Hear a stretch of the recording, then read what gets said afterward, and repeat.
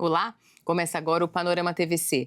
Aqui você acompanha o que acontece na Câmara de São José do Rio Preto e confere entrevistas sobre assuntos importantes para a cidade. Nesta edição, nós vamos falar sobre o Agosto Lilás, que é o mês de conscientização pelo fim da violência doméstica e familiar contra a mulher. Também vamos tratar sobre o tema de inclusão de estudantes com deficiências no ambiente escolar.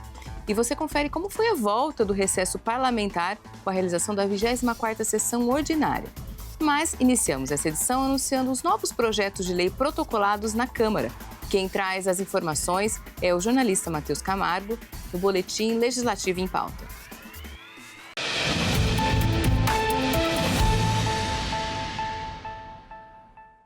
Olá, eu falo agora sobre as proposituras protocoladas na última semana aqui na Câmara Municipal de São José do Rio Preto. Deu entrada na Secretaria de Atividade Legislativa da Câmara projeto de lei complementar do Executivo que altera a lei que dispõe sobre o Plano Diretor de Desenvolvimento Sustentável de São José do Rio Preto. A medida visa incluir a Coordenadoria Municipal de Proteção e Defesa Civil no colegiado. Também do Executivo foi apresentada a proposta de lei que dispõe sobre o Conselho Municipal de Defesa do Meio Ambiente. Entre as alterações está a previsão de reuniões virtuais e a desobrigação de que as cadeiras do CONDEMA sejam nominais. O prefeito Fábio Cândido apresentou o projeto que abre no orçamento fiscal do município um crédito adicional especial no valor de R$40 mil para atender às necessidades da Secretaria Municipal da Mulher, Pessoa com Deficiência e Igualdade Racial. Também do Executivo foi apresentado o projeto que institui o Programa Municipal Banco Solidário de Medicamentos e Insumos Veterinários. O programa tem por finalidade receber doações voluntárias, realizar a triagem, armazenamento, controle e a destinação gratuita de medicamentos e insumos de uso veterinário que estejam em condições seguras de utilização. Paulo Paulera é autor de 3 projetos de lei, o que inclui o evento Rio Preto Tech Summit no calendário oficial do município, o que declara como patrimônio cultural e imaterial do município o Bloco de Carnaval Toca da Carlota, e o que inclui o Festival Internacional de Blues e Jazz no calendário oficial do município. Jean Dornelas quer que a Associação Projeto Imaginar seja declarada de utilidade pública. Abner Tofanelli quer que o evento Joga Rio Preto, que incentiva a cultura dos jogos de tabuleiro e RPG, seja incluído no calendário oficial de eventos da cidade. Também foram protocoladas 636 indicações, 69 moções, 209 requerimentos e 6 vetos. Saiba mais sobre os projetos em tramitação na Câmara de Rio Preto no site www.riopreto.sp.leg.br e durante a nossa programação.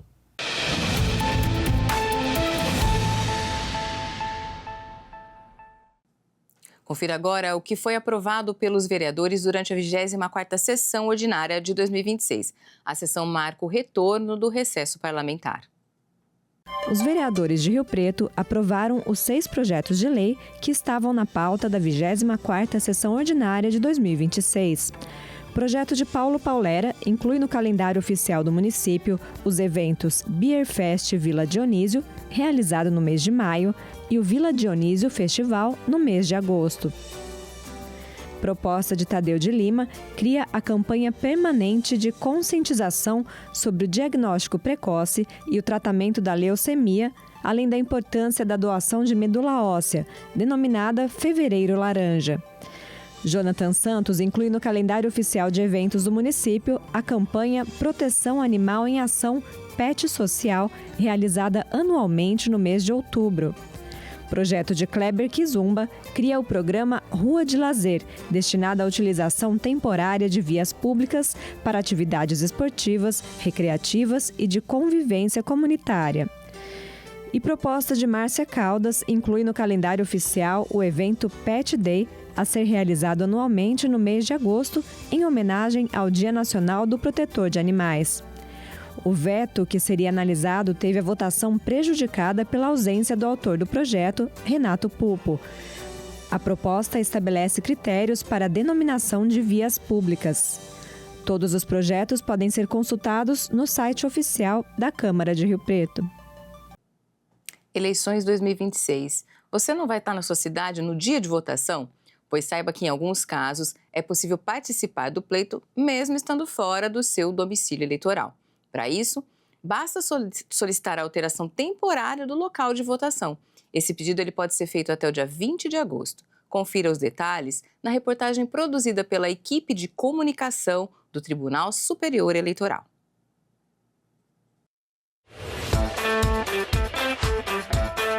Você sabe que dia que tem eleição esse ano? Eu não sei. Não sei. Dia 4 de outubro. E se você estiver viajando no dia da eleição, você sabe se é possível votar ou não? Nos dias de hoje, eu não sei, porque a gente tem que ir, né, até a sessão para votar. Da questão de viagem, eu nunca parei para pensar. Tipo assim, se eu estivesse viajando, né, não ia voltar. Sim, eu posso votar em trânsito. Sabe tudo? Se você souber que vai estar em outra cidade nos dias de votação, pode pedir o voto em trânsito. Mas atenção, isso só vale para quem vai estar em capitais ou cidades com mais de 100 mil eleitoras e eleitores. Funciona assim: se a viagem for para uma cidade do mesmo estado, dá para votar para deputado federal, deputado estadual, senador, governador e presidente da República. Já se a pessoa vai para outro estado, só é possível votar para presidente. Dá para solicitar o voto em trânsito pelo autoatendimento eleitoral no site do TSE ou em algum cartório eleitoral. Você só precisa de um documento oficial com foto. Mas é preciso ficar atento ao prazo, de 20 de julho a 20 de agosto. E quem for para outro país? Nesse caso, não tem voto em trânsito e é preciso justificar a ausência, o que pode ser feito pelo e-título ou pelo site do TSE. Tem também a situação inversa. Uma eleitora ou eleitor que vive em outro país, mas vai estar no Brasil no dia da eleição. Nesse caso, dá para votar sim, mas só para presidente. É importante lembrar que o voto em trânsito é uma mudança temporária. Depois das eleições, o título volta automaticamente para a sessão eleitoral original.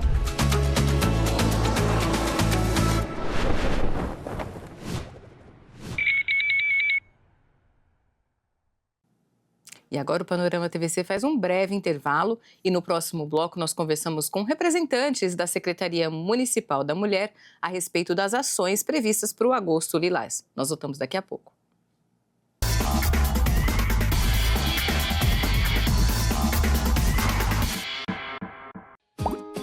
Para que o SUS siga do jeito que é, existem alguns princípios básicos. São as raízes para que ele possa crescer. Essa é uma pergunta fundamental. Quais são os princípios do SUS? Os 3 principais são a universalidade, a equidade e a integralidade.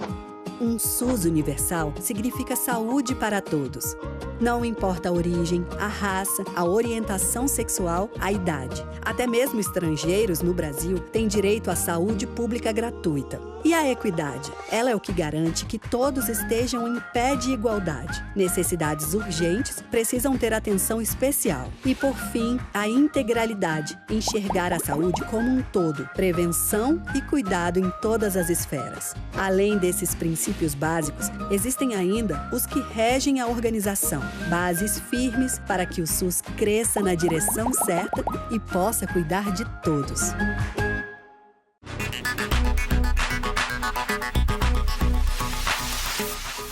Olá, eu sou o Lucas Rosselli, docente aqui na área de Gestão e Negócios no Senac São José do Rio Preto.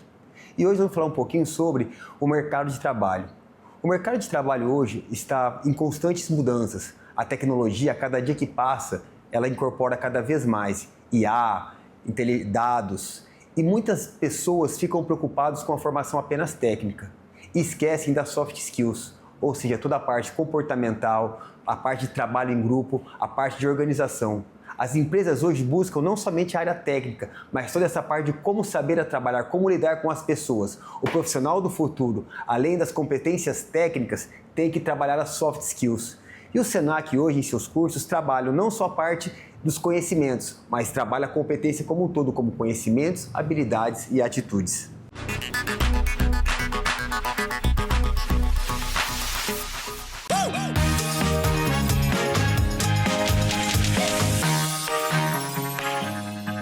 Posso votar sem biometria? Eu acho que pode votar. Óbvio que não. A resposta está no capítulo 1 do Manual do Eleitor. Se seu título estiver regular, você pode votar mesmo sem a biometria cadastrada.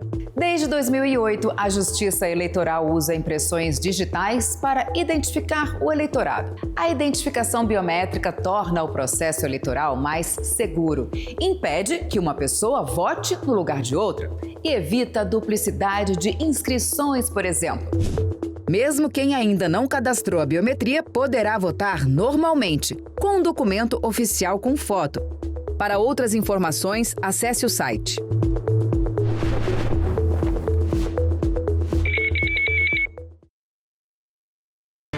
Justiça Eleitoral apresenta V de Verdade. Em terra de fatos, fake não tem vez. A variedade de assuntos é uma das principais características das redes. Ela também é um dos 5 Vs que tornam difícil separar os fatos das fake news. Isso porque, diante de tantos temas diferentes, a gente nem sempre presta atenção no que está vendo. Quem espalha notícias falsas se aproveita dessa distração, principalmente em época de eleições. Para tentar enganar os eleitores, as fake news se misturam de propósito aos conteúdos verdadeiros. Por isso, a gente precisa tomar alguns cuidados. Consulte a informação em outras fontes ou em sites de checagem de fatos. Desconfie de mensagens muito genéricas e sem informações específicas como datas e locais. E na dúvida, não compartilhe. Se ligue nos próximos vídeos e não se esqueça, a letra mais importante para a democracia é o V de Verdade. Justiça Eleitoral, a justiça da democracia.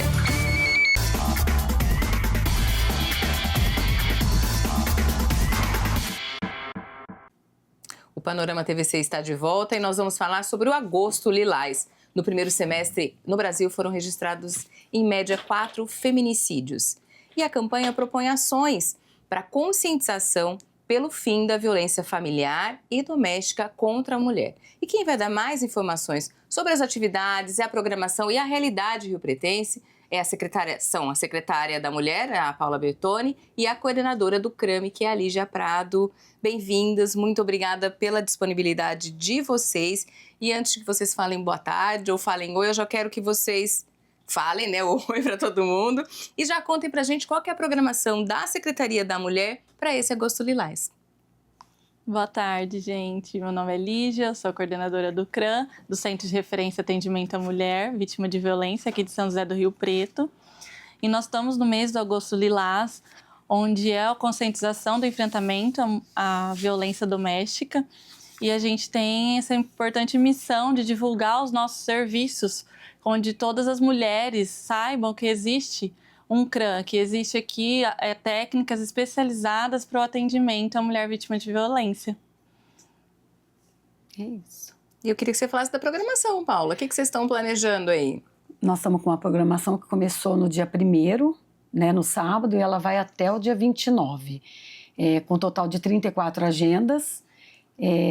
Estamos visitando todos os CRAs, estamos visitando algumas casas de acolhimento, estamos nas feiras de artesanato, ali na Praça Maria Mãe de Deus, na UBS, no Vivendas, na Casa Afro, com algumas confirmações ainda, mas assim, a princípio é isso. Junto com o Conselho da Mulher também, que eles estão com algumas ações e nós estamos numa parceria junto com eles.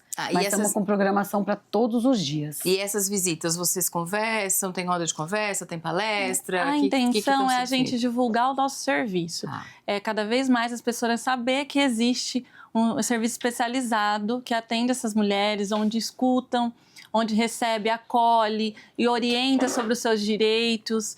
Então, a gente quer levar isso para toda São José do Rio Preto, para todos os serviços, para a população saber que exista. Então, a gente vai estar na UBS, nos CRAS, todos os serviços de educação, saúde, quem a gente conseguiu articular para a gente levar as nossas técnicas lá para falar um pouco sobre esse mês de agosto, sobre a campanha e sobre o CRAM. Sim. Vários casos recentes de violência contra a mulher, de feminicídio, elas mostram, assim, os dados de violência alarmantes no Brasil. E aqui em Rio Preto também a gente teve casos muito difíceis, né, assim, de digerir. Na realidade, não se digere uma coisa dessa. Eu queria que vocês falassem um pouquinho sobre a realidade da violência contra a mulher em Rio Preto. Então, só esse semestre, né, de janeiro a junho, a gente atendeu mais de 3.000 mulheres aqui no CRAM. E, assim, a gente tem percebido que cada vez mais é uma demanda que vem crescendo, porque eu acho que as mulheres estão se informando, estão se empoderando mais, tomando coragem para fazer a denúncia, para buscar ajuda. Então, elas estão se buscando mais, né? Então, a gente percebe um aumento, sim. Isso é importante, né? Que essas mulheres saibam como pedir ajuda. Então, a gente tem lá toda uma rede de suporte. A gente não trabalha sozinha, a gente trabalha junto com a Delegacia da Mulher, com o Ministério Público, com os outros serviços da rede intersetorial do município. Então, todo em função para a gente tentar proteger essa mulher e tentar oferecer para ela outros caminhos para romper esse ciclo de violência. Existe um aumento, sim, significativo, mas o que a gente vem analisando que o aumento ele está por conta da divulgação do trabalho também. Porque, assim, as mulheres, elas entendem que elas não estão sozinhas, que elas podem denunciar, que elas vão ter um apoio, porque é uma denúncia totalmente sigilosa. Então, assim, ela vai denunciar, ela vai fazer, junto com a Patrulha Maria da Penha, ela vai fazer a medida protetiva. A medida protetiva. E aí, os psicólogos, assistentes sociais, os advogados vão dar todas as orientações. Então, assim, tem um aumento significativo, sim, mas acreditamos também que esse aumento é por conta da rede de apoio, que está junto ali para orientar e para ajudar no que elas estão sendo preciso, necessário. A mulher pode ir direto para o CRAM, ou ela chega para o CRAM, né? Ou ela chega até o CRAM encaminhada de outras instâncias? Ali pode ser por demanda espontânea, então ela pode chegar por vontade própria. Ou, se não, todos os serviços da rede nos encaminham também. Então, os boletins de ocorrência que são registrados na Delegacia da Mulher são encaminhados para nós. A gente tem no município uma ficha SINAM, que é um registro de suspeita de violação de direitos, né? Que a gente fala de violência doméstica. Então, essas fichas também são encaminhadas para nós e a gente faz a busca ativa dessas mulheres. Então, a gente tenta entrar em contato com essa mulher, fazer visita domiciliar, para a gente oferecer o serviço, ver se ela aceita esse amparo ali de ser acolhida, de ser escutada. Ali no CRAM a gente tem atendimento jurídico, então é um atendimento com advogado, onde tem essas orientações sobre como que funciona a divisão de bens, a guarda dos filhos. Então a gente tem um fluxo de atendimento com a Defensoria Pública. Essas mulheres são prioritárias no atendimento na Defensoria, que são encaminhadas pelo CRAM.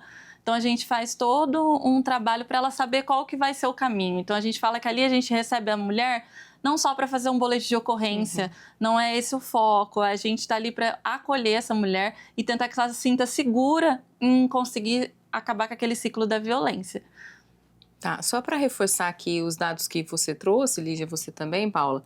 Então, o CRAM, de janeiro a junho, realizou cerca de 6.548 atendimentos.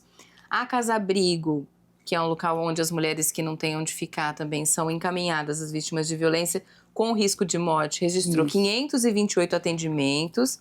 A Patrulha Maria da Penha, que é aquele destacamento da Guarda Municipal que só cuida dessa questão da violência contra a mulher, fez 1.500 visitas, com 943 atendidas e 63 agressores conduzidos à Delegacia da Mulher. Parece que o número é um pouco assim, né? São 943 mulheres, mas só 63 agressores que foram encaminhados. É um pouco discrepante, né? Vocês querem comentar isso?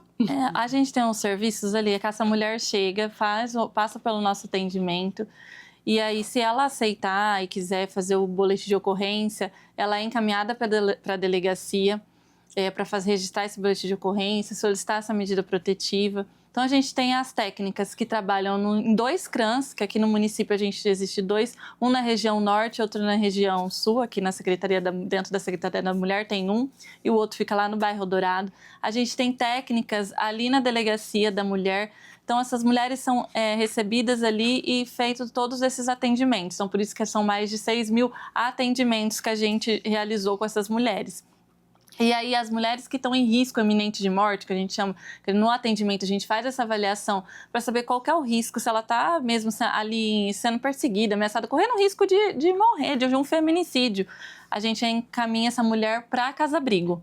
Então, que é uma casa sigilosa, onde o endereço é sigiloso, só as técnicas que trabalham ali na rede que a gente sabe onde é essa casa. Então, é um local protegido, onde ela pode ir com os filhos, né? Então, ali ela é encaminhada e protegida até onde se entenda que ela está em segurança para poder sair dali, retornar ou para sua casa ou para a casa de algum familiar. Então, ali também é feito um planejamento com ela depois que ela sai dessa casa-abrigo. E aí, a gente também tem 2 técnicas que ficam lá na vara de violência doméstica. Essas técnicas, elas fazem o atendimento do suposto autor da violência. Então, ali ela faz o atendimento quando esse autor é notificado da medida protetiva, já é passada uma data para ele, da data que ele tem que comparecer ali no fórum. E aí as técnicas fazem esse atendimento, essa reflexão com elas sobre o porquê o que aconteceu, né? Porque a maioria fala, mas eu não bati nela, e não existe só a violência física como violência. Né? Então, ali é todo feito um trabalho de reflexão. Nós temos uma parceria também com o Grupo MEN, onde existe grupo com esses homens que receberam a medida protetiva para também ter essa reflexão com eles, todo um trabalho de conscientização sobre a situação da violência doméstica. É que, assim, mesmo com todo esse suporte que o CRAM dá, junto com a secretaria, tudo, muitas delas ainda não abrem o boletim de ocorrência. Então, assim, elas vão para uma orientação para saber como que funciona, o que ela vai fazer, como que ela vai agir, mas ela não quer abrir o boletim de ocorrência. E a gente respeita, porque a gente trabalha com a autonomia da mulher, então é uma escolha dela. Né? Então, por isso que muitas atendidas, mas poucos registrados. A gente entende que tem que ser no tempo dela, então é importante ela se sentir segura. Então, ali a gente trabalha com ela, quais são os caminhos que ela pode seguir para sair daquela relação. Tá. Gente, diante desse cenário, que a gente já falou aqui de números, de aumento de violência e também no aumento das pessoas conhecendo esses serviços, quais são os principais avanços que vocês conseguem identificar no trabalho da Secretaria e o que ainda precisa ser trabalhado, na opinião de vocês? Então, hoje a gente já estamos com os 2 CRANs, a gente conseguiu aumentar a equipe. Então, a gente está com equipes de servidores e equipes de terceirizados também. A gente está melhorando os atendimentos, mudamos a metodologia de trabalho, né, da forma como acolher essa mulher, de como respeitar essa mulher, de respeitar a autonomia dela. Então, assim, a gente vem melhorando muito e repensando o trabalho todos os dias ali, né? A gente sempre conversa com a gestão, com a equipe técnica, a gente sempre está em reunião do que a gente pode fazer e criar esses fluxos, né? Porque as mulheres têm várias demandas, então, a mulher é usuária de droga, então o que nós vamos poder ofertar para ela naquele momento ali? Então, de buscar tratamento para ela, a gente criou um fluxo também com a Casa Terapêutica Feminina, né, para encaminhar essas mulheres para o tratamento ao uso de substâncias psicoativas, além do serviço da rede de saúde também. Então, a gente sempre está criando estratégias para o atendimento dessa mulher. E assim, para 2027, porque a gente fala 2026 praticamente acabou, né? Para 2027, nós temos vários planos para ser construído, uma terceira unidade do CRAM, um CRAM móvel para ir até essas mulheres, junto com o Conselho da Mulher, que o Conselho também tem feito um trabalho bacana de reuniões, que é onde não é o CRAM que está, mas é o Conselho da Mulher que está junto com a presidente, o pessoal que está, as conselheiras, elas também têm feito esse trabalho. Então, assim, aumentar com oficinas, principalmente oficinas profissionais, que vai dar uma profissão para ela, porque às vezes a mulher não sai do risco da violência por conta que ela não tem como se manter. Então, assim, procurar fazer algumas oficinas, trabalhar essa parte de integrar ela na sociedade novamente. Então, assim, é uma coisa que a gente está trabalhando e que a gente está gatinhando, mas que essa questão do CRAM móvel já é uma questão que você já faz tempo que já estão querendo implementar, sim, né? Sim. Tem territórios muito distantes aqui em São José do Rio Preto e que é dificultador da mulher vir até o serviço. Então, a gente pensou nesse CRAM móvel para levar esse atendimento nesses territórios mais vulneráveis, mais distantes. Isso. Tá. Um dos aspectos da campanha do Agosto Lilás é comemorar também o aniversário da Lei Maria da Penha, que neste ano faz 20 anos, né? Como é que vocês avaliam essa legislação? Qual que é a importância da Lei Maria da Penha? A gente sabe que tem aí algumas pessoas que não gostam, tem gente que reclama, mas é que há de se reconhecer que é uma legislação muito importante no campo feminino, né, no campo da violência. Eu queria que vocês comentassem um pouquinho. Sim, essa lei foi de muita importância e ela vem evoluindo para esse enfrentamento, né? Foi uma lei que veio dar voz para a mulher conseguir romper um relacionamento, né? Ela tem 20 anos que a mulher pode dizer que não quero mais esse relacionamento, eu posso sair. E se ele não aceitar, ela tem como se proteger. Ela tem um respaldo. Então, essa lei veio de extrema importância e já está cada vez mais se fortalecendo e evoluindo com as medidas de proteção mais rígidas. Então, ela está de sempre nos fortalecendo. Né? Quer falar, Paula? Não, ele já falou tudo.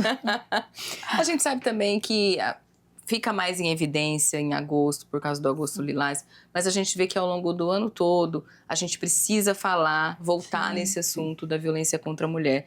Além desse trabalho concentrado em agosto, que outros tipos de campanhas ou que outros tipos de trabalhos vocês realizam ao longo do ano?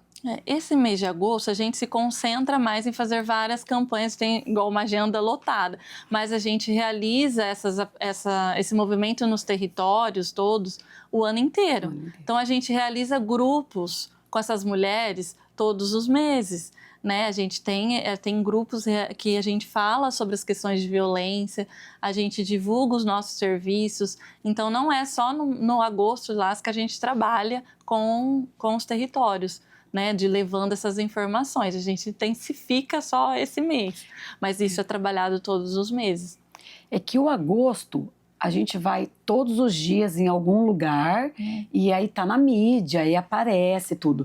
Mas essas reuniões, essas apresentações é feita todos os meses, todas as semanas, em algum lugar, tem uma divulgação. É que não é mostrado, mas nos bastidores ela está acontecendo. A Paula está chegando agora na secretaria, mas a Lígia já está há algum tempo. Vocês sentem alguma diferença na demanda depois dessas campanhas?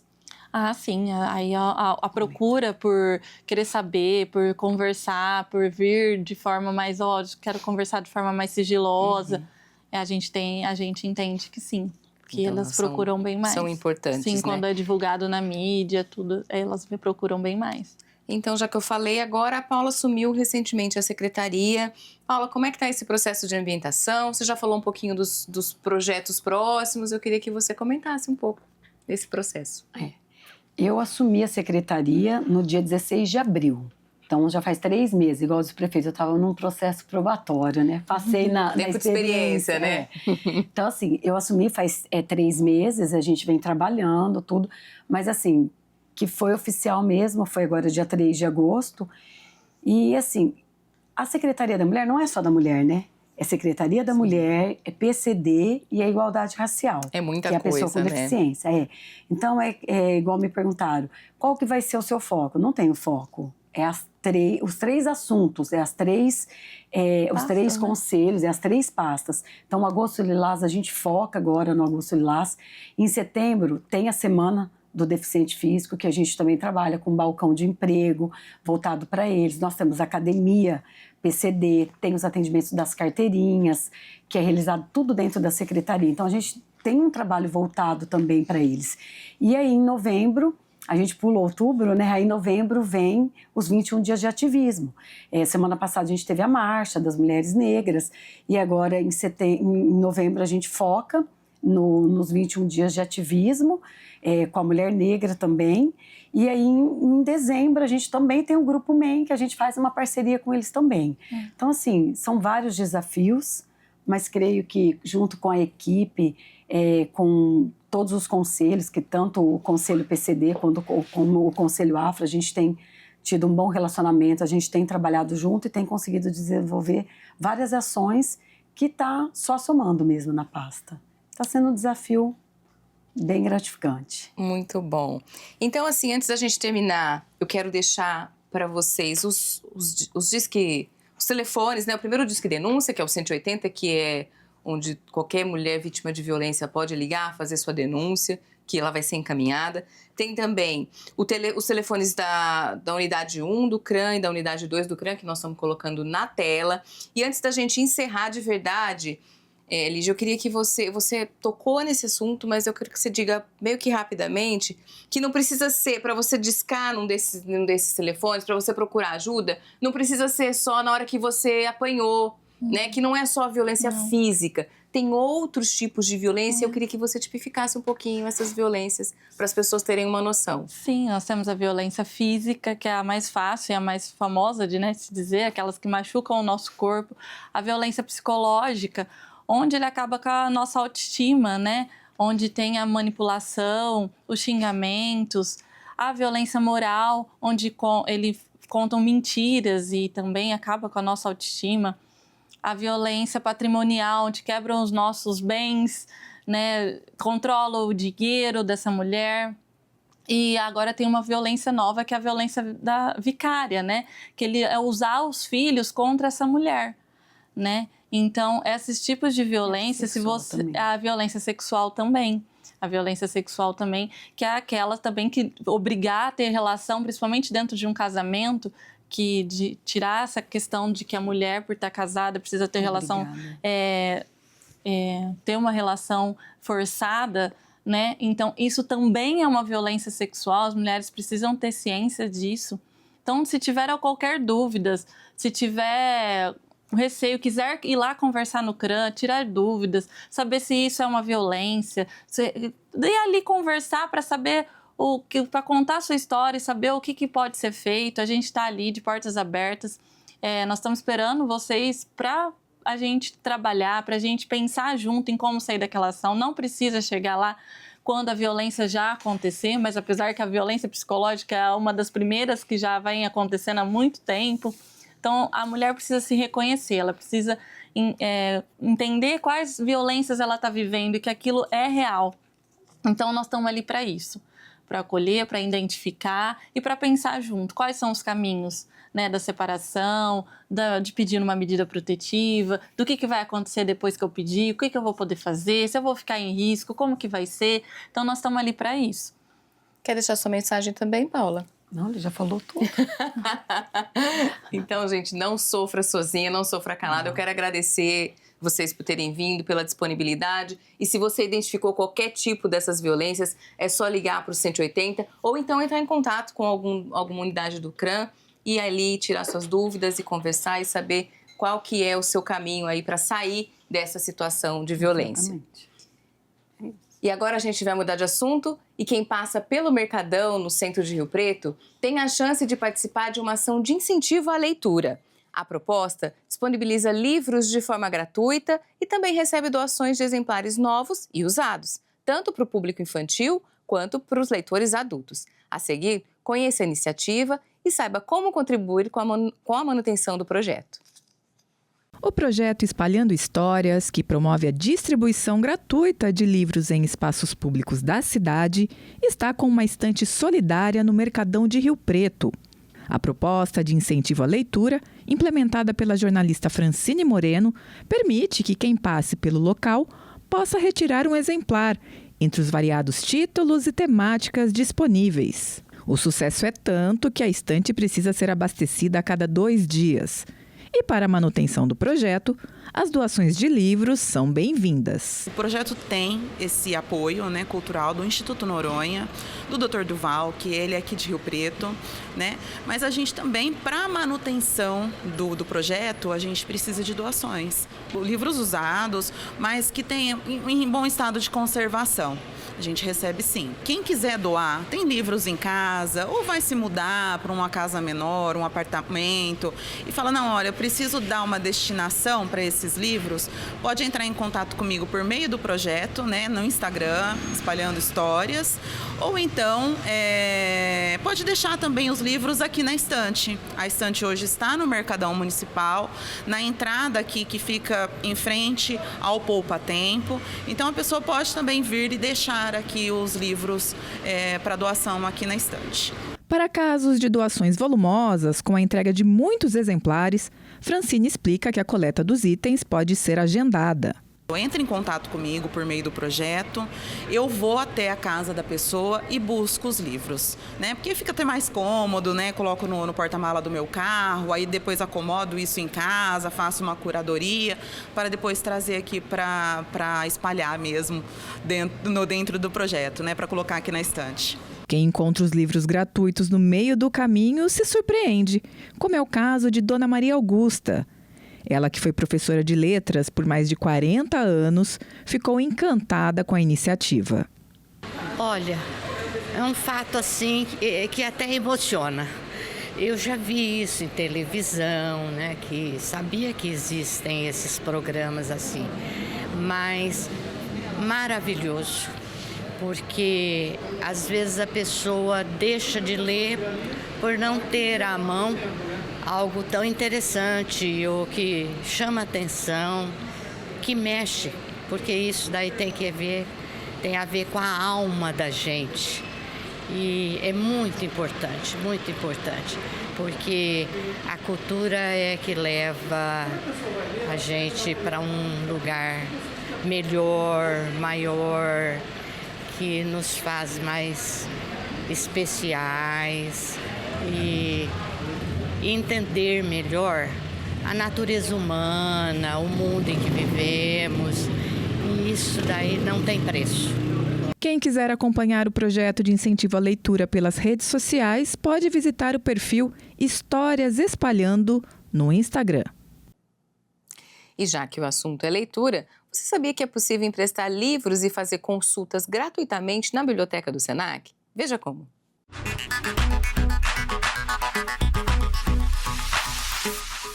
Olá, você que acompanha a TV Câmara. Eu sou a Alessandra, bibliotecária do Senac. Quero convidar você a conhecer a nossa biblioteca. Nossa biblioteca tem livros, revistas, jornais e computadores à disposição. Também temos instrumentos musicais. Se você é de Rio Preto, venha conhecer a nossa biblioteca. Ela fica aberta de segunda a sexta, das 7h30 da manhã até as 10 da noite. E aos sábados, das 8 ao meio-dia.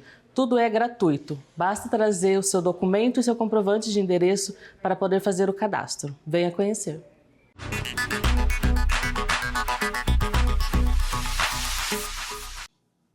E agora o Panorama faz um breve intervalo e no próximo bloco nós vamos falar sobre educação inclusiva. Nós voltamos daqui a pouquinho.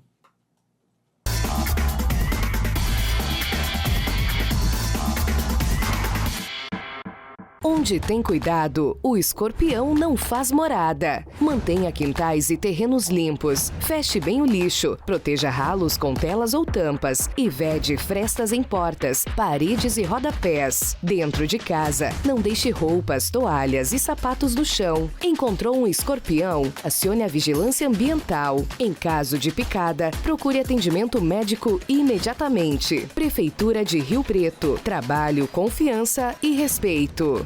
Quiz da Câmara Municipal. Quantos vereadores são necessários para iniciar uma sessão? A. 8 vereadores. B. 15 vereadores. C. 23 vereadores. Tempo.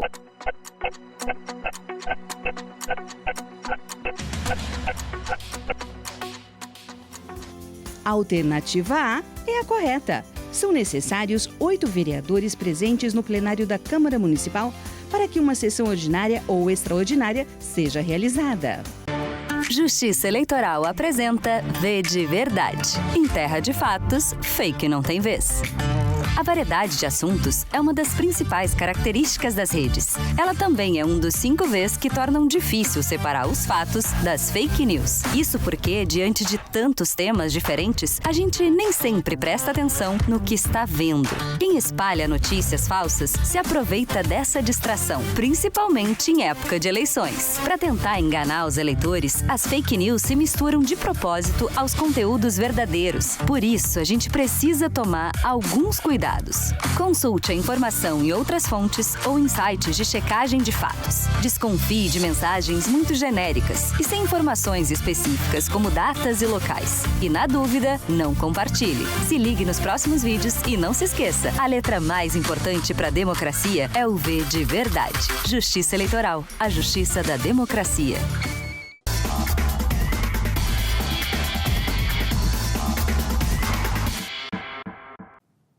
Nós estamos de volta e o assunto agora é educação inclusiva. A professora Natália Tukamoto está aqui comigo no estúdio e nós vamos conversar sobre os avanços e as dificuldades que ainda permanecem para a integração dos alunos com deficiência no ambiente e rotina escolar. Muito obrigada pela sua disponibilidade, Natália. Seja bem-vinda. Obrigada. Já vamos começar então falando, quando a gente fala em educação inclusiva, eu não sei se a gente usa o termo educação inclusiva ou educação especial, você vai explicar para a gente agora o que é melhor. Ela está direcionada a qual público? Então, educação inclusiva, né? A gente já está avançando muito na discussão, porque não é um atendimento que tem que ser especial, diferenciado, no sentido de algo específico só para esse público, mas é de uma coisa de fazer a inclusão social dessas crianças, desses estudantes, né? Então, assim, o público-alvo que se diz são os estudantes com deficiência, altas habilidades e superdotação. Mas já existem discussões que vai para além de diagnóstico, né? Tanto que o diagnóstico ele não pode ser um critério para o atendimento educacional especializado, né? Então, existe uma discussão falando que a educação inclusiva, ela abrange todas as especificidades de todos os alunos dentro da escola. Tá, e quando a gente fala de educação inclusiva, o que a gente está dizendo? Tem que ter um acompanhante, são realidades diferentes, tem que ser um conteúdo pensado especificamente para esses alunos. O que é essa educação inclusiva? Ou é só colocar o aluno na sala com os outros? Não. Garantir a matrícula não garante a inclusão dos alunos e estudantes com deficiência, né? Na verdade, assim, o que é preciso? Nem sempre vai ser necessário o profissional de apoio escolar. A gente tem, no atendimento educacional especializado, a gente tem o professor do atendimento educacional especializado, a gente tem o professor de sala regular, que é o professor dentro da sala de aula comum, e a gente tem o profissional de apoio escolar. O profissional de apoio escolar ele vai ser requisitado quando a equipe escolar fizer uma avaliação que a gente chama de estudo de caso, e dentro desse estudo de caso perceber-se que esse aluno tem uma dificuldade mais acentuada, uma necessidade específica na comunicação, na higiene, na locomoção e comunicação, higiene, locomoção. São 4 itens, nossa, me dá um branco aqui. Tudo bem. Então, assim, dentro dessas especificidades, né, dentro do estudo de caso, vai ser elencado se essa criança necessita de muito suporte a ponto de precisar da intervenção do profissional de apoio ou se somente a intervenção do professor em sala de aula já supre essa necessidade específica dessa criança. E, Natália, todas as escolas têm que ter essa capacidade ou essa capacitação para atender estudantes com deficiência ou com essas especialidades ou com superdotação? Sim, todas as escolas. Está previsto em toda a legislação educacional brasileira, né? Então, assim, é o que garante o direito de aprendizagem. Todas as crianças que estão matriculadas nas redes de ensino, elas têm os direitos de aprendizagem.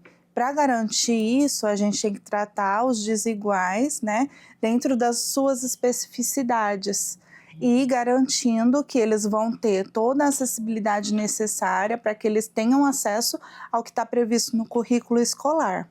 Isso a gente está dizendo da legislação e de um mundo ideal. Qual que é a realidade hoje de Rio Preto? Então, no último período, Rio Preto tem avançado muito, né?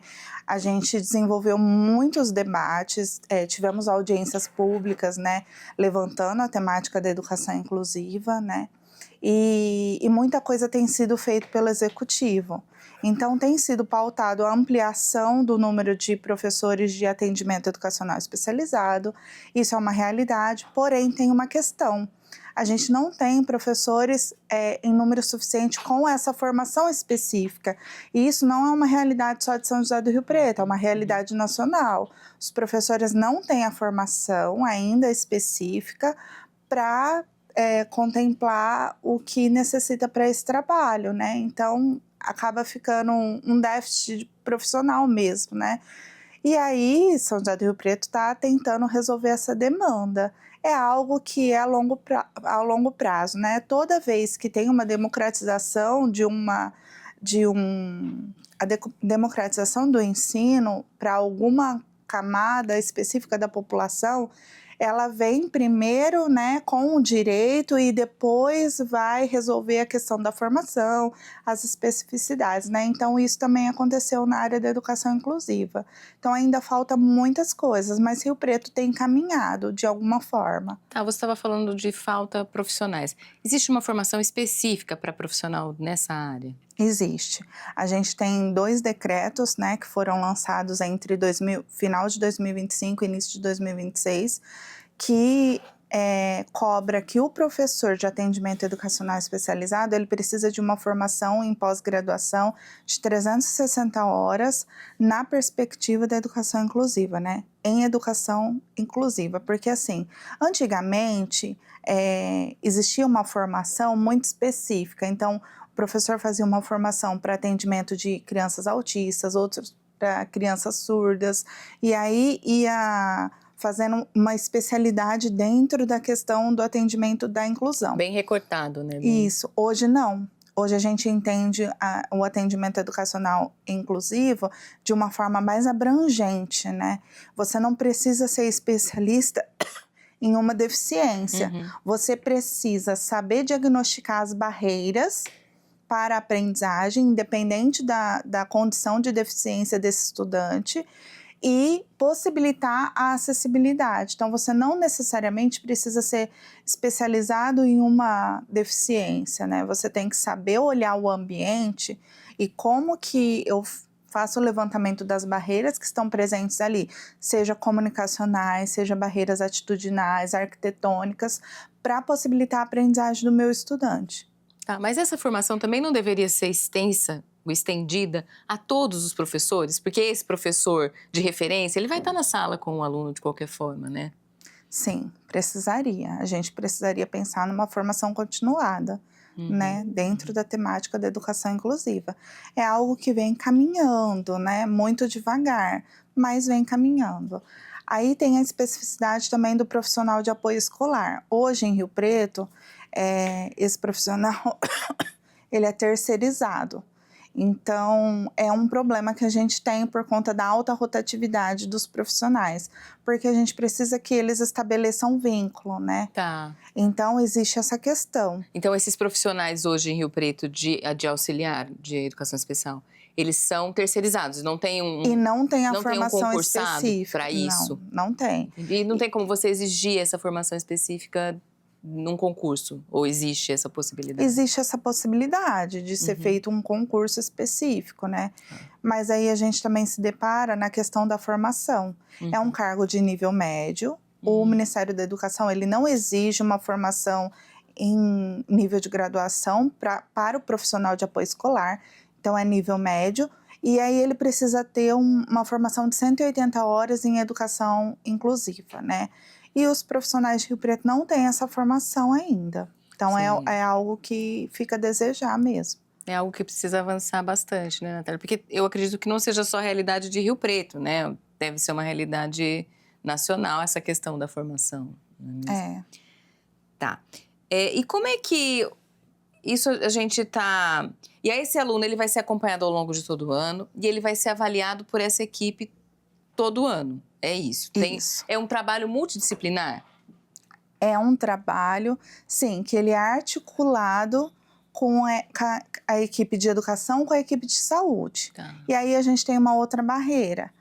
A demanda por atendimento em saúde, atendimento terapêutico das crianças da rede.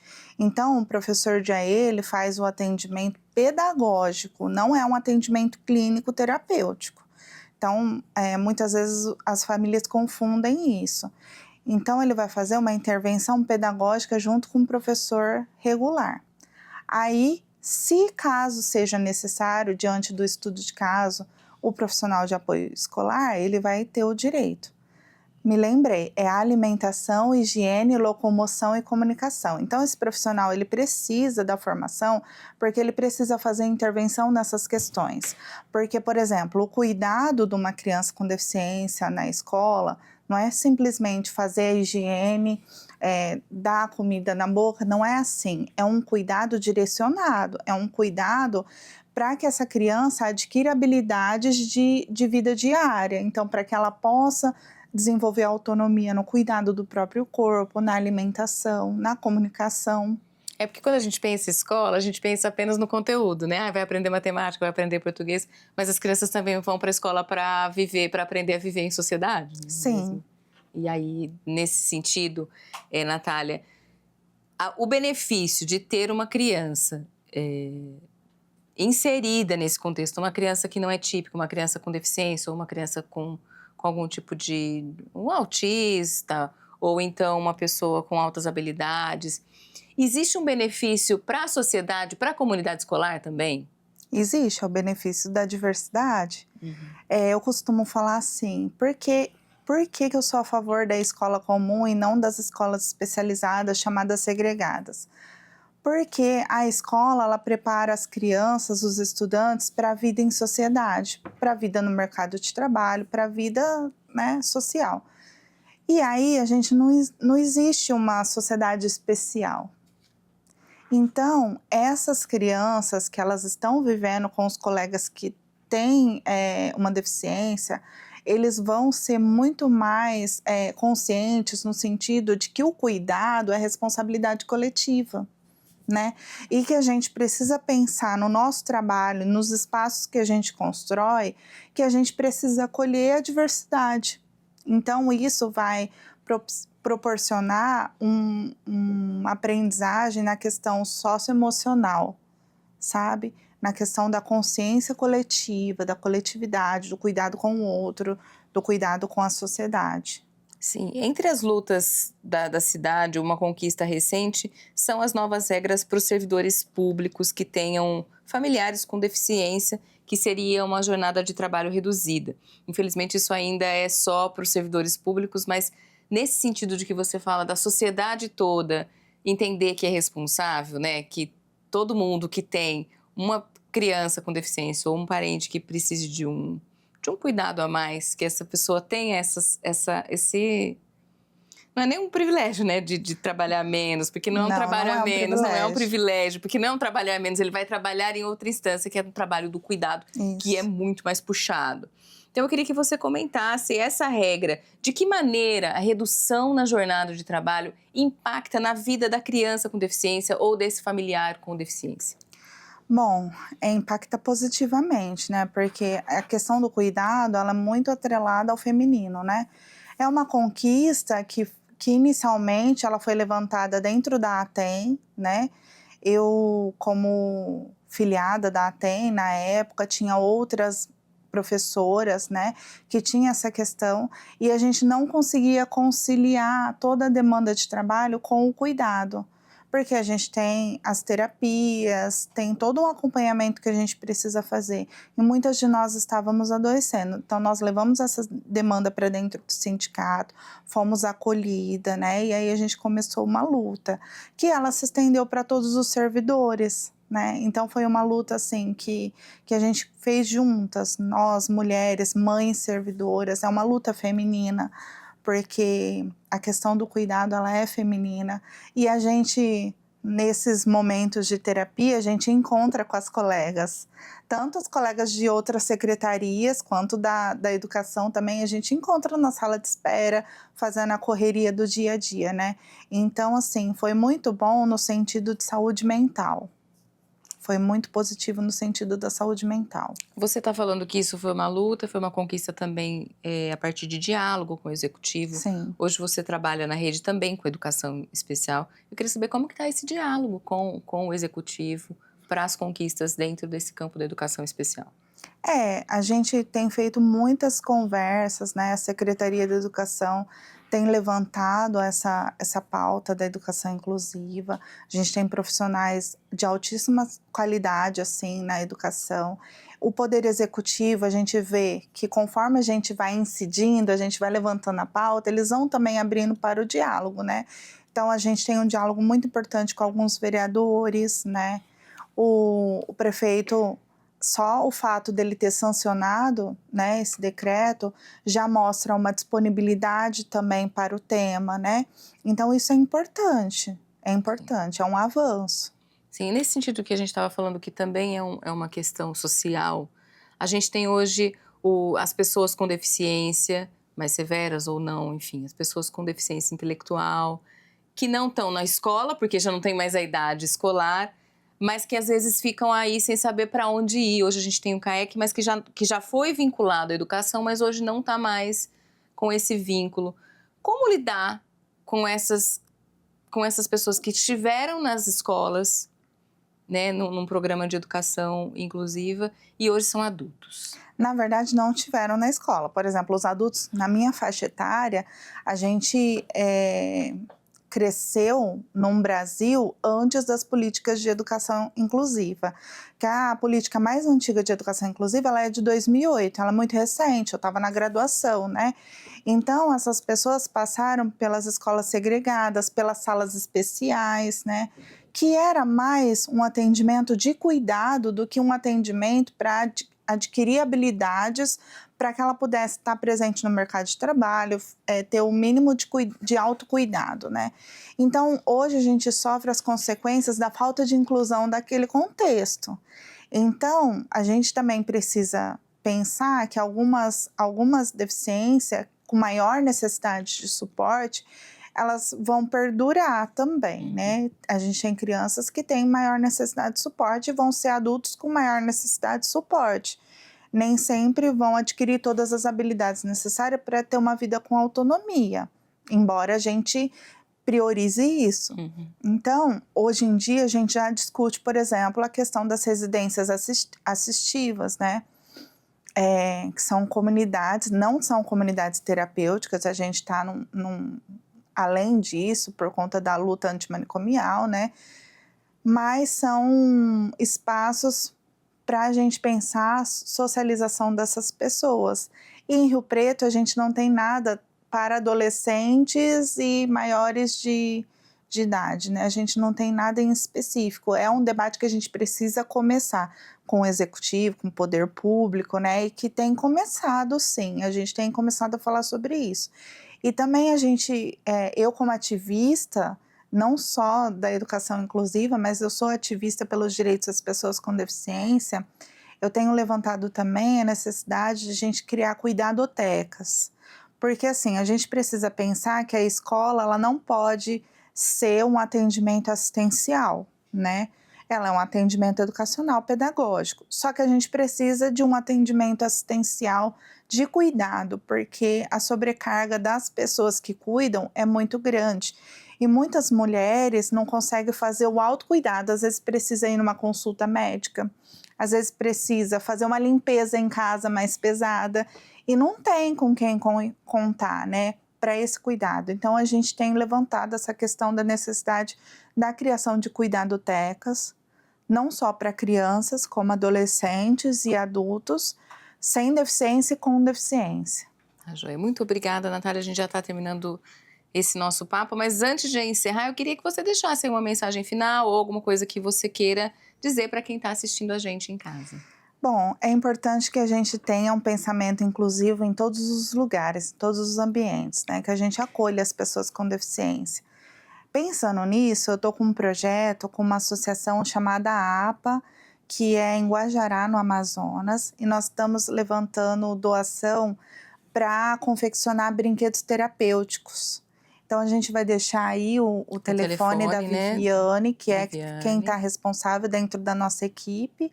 E aí, quem puder, quiser saber mais sobre o nosso projeto, entrar em contato. Essas doações do que vocês precisam? Então, a gente vai...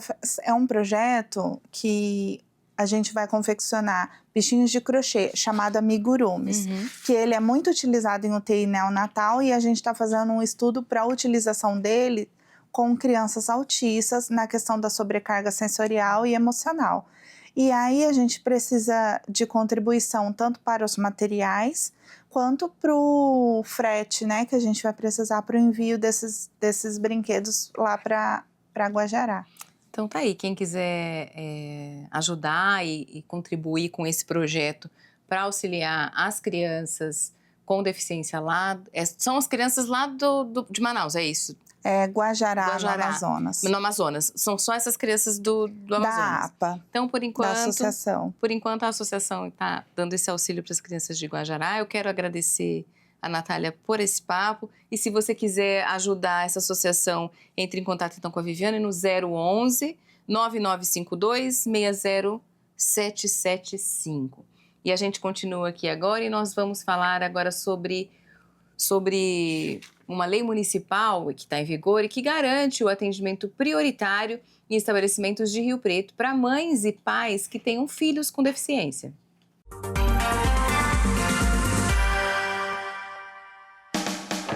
Lei municipal em vigor garante o atendimento prioritário em todos os órgãos públicos e estabelecimentos privados no município a mães, pais ou responsáveis legais de crianças e adolescentes com deficiência, transtorno do espectro autista, síndromes raras ou doenças crônicas. Para isso, é preciso apresentar documento que comprove a condição, como laudo, declaração de unidade de saúde ou escola. Os órgãos públicos e estabelecimentos privados deverão afixar cartazes visíveis informando sobre esse direito. Em caso de descumprimento, o estabelecimento fica sujeito a advertência, multa ou suspensão temporária do alvará em caso de reincidência. Saiba mais sobre as leis municipais em vigor no site oficial do Poder Legislativo e durante a nossa programação.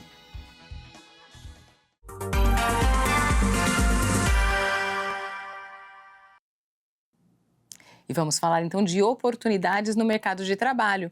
O balcão de empregos da Prefeitura tem mais de 800 vagas disponíveis. Confira as principais oportunidades.